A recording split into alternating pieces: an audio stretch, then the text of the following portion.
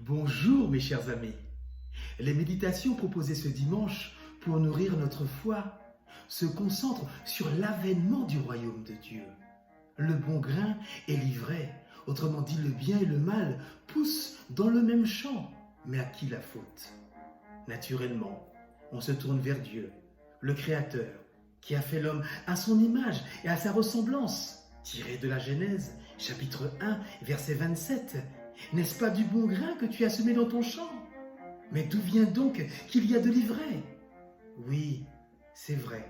Si Dieu est bon, ou comme disent les braves gens, s'il y avait un bon Dieu, pourquoi tant de mal? En allant plus loin dans notre méditation, pourquoi Dieu ne fait rien contre le mal et la méchanceté règne sur la terre? Frères et sœurs en Christ, il y a beaucoup d'ivraie au milieu du bon grain de nos jours, l'ivraie de nos guerres, de nos violences, de nos égoïsmes, de nos orgueils, de nos impatiences. Et ce n'est pas rare d'entendre « le bon grain c'est nous, l'ivraie c'est eux ». Et l'on se trouve des boucs émissaires au nom de la vérité, de la justice, de la religion, de la race. On veut arracher l'ivraie de nos propres mains. Alors on se met à exclure, on se met à juger, on se met à torturer. Avec le temps et un brin d'honnêteté, on se rend compte qu'il y a peut-être aussi de l'ivraie en nous. Et que finalement, c'est plutôt bien pour nous que Dieu n'arrache pas tout de suite l'ivraie trop vite. Bien-aimés du Seigneur, Dieu nous a donné le libre arbitre et c'est bien notre souci. Dieu veut l'homme libre, mais l'apprentissage de cette liberté est un combat de tous les jours. Cette histoire d'ivraie et de bon grain comporte une dimension à long terme, une dimension qui consiste à laisser-les pousser ensemble jusqu'à la fin de la moisson, nous dit l'évangile de ce jour. Objectivement, le bon grain ou l'ivraie, à tel instant, existe-t-il?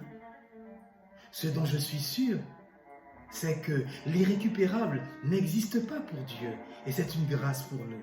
Cela s'appelle l'immense miséricorde de Dieu, car le temps du royaume est un temps de patience, de miséricorde de Dieu, un temps de patience, de maturation, qui se déploie petit à petit, comme la graine de moutarde. Le royaume de Dieu qui grandit jour après jour dans notre cœur a aussi besoin de la foi des croyants pour se multiplier.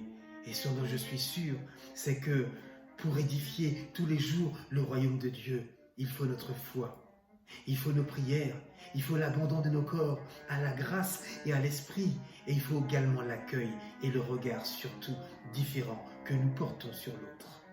Bien souvent, comme les serviteurs du Maître, nous ne voyons que l'ivraie et cela va jusqu'à nous obséder.